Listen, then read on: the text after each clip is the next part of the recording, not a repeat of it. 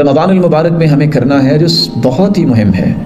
بہت ہی ضروری ہے، جس سے ہماری ساری باتیں محفوظ ہو جائیں گی، ہم اپنی زبان کی حفاظت کریں۔ اور حدیث نے کتنی خوبصورت بات کہی ہے، جو جھوٹ بولنا نہیں چھوڑ رہا، جو جہالت کی گفتگو نہیں چھوڑ رہا، جو برے اعمال نہیں چھوڑ رہا، اللہ تعالیٰ کو ایسے شخص کی ضرورت نہیں ہے کہ وہ کھانا پینا چھوڑ دے، وہ اپنے آپ کو محروم ہی کر رہا ہے، اس کو کیا فائدہ ہوگا۔ اس لیے سلف صالحین کہا کرتے تھے ادرکنا السلف وهم لا يرون العبادة في الصوم ولا في الصلاة ولكن في الكف عن اعراض الناس۔ سلف صالحین صرف روزے اور نماز کو ہی عبادت نہیں کہتے تھے اصل عبادت گزار تو وہ ہے جو لوگوں کی عزتوں کو پامال کرنے سے روکے،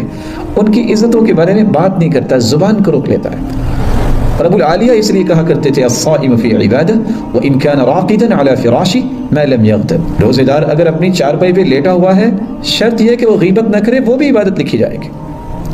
اور مالک بن دینار نے تو ایک ایسا فیصلہ دیا ہے جو آج ہم سب کو سمجھنا چاہیے، اذا رأيت قساوة في قلبك ووهنا في بدنك وحرمانا في رزقك فاعلم انك تكلمت فيما لا يعنيك۔ اگر تمہیں تمہاری زندگی میں یہ بات نظر آئے کہ دل میں سختی آ گئی ہے، لوگوں کا احترام ختم ہو گیا ہے، لوگوں کے لیے نرمی اور خیرخواہی اور محبت ختم ہو گئی ہے،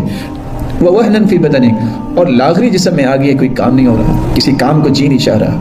وحرمانا في رزقك اور رزق میں کمی آ رہی ہے، فاعلم تو جان لو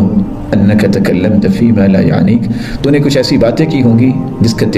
جن باتوں میں تیرا کوئی مقصد نہیں تھا۔ لا یعنی گفتگو میں اپنی زبان کو چلانے سے یہ 3 مصیبتوں کا سامنا کرنا پڑے گا، دل بھی سخت ہوتا ہے اور جسم میں بھی لاغری آتی ہے اور رزق میں بھی کمی ہو جائے گی۔ اس لیے اللہ تعالیٰ سے دعا ہے کہ اللہ ذو الجلال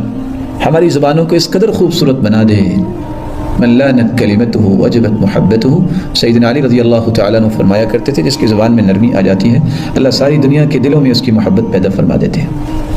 اس کی محبت واجب ہو جاتی ہے۔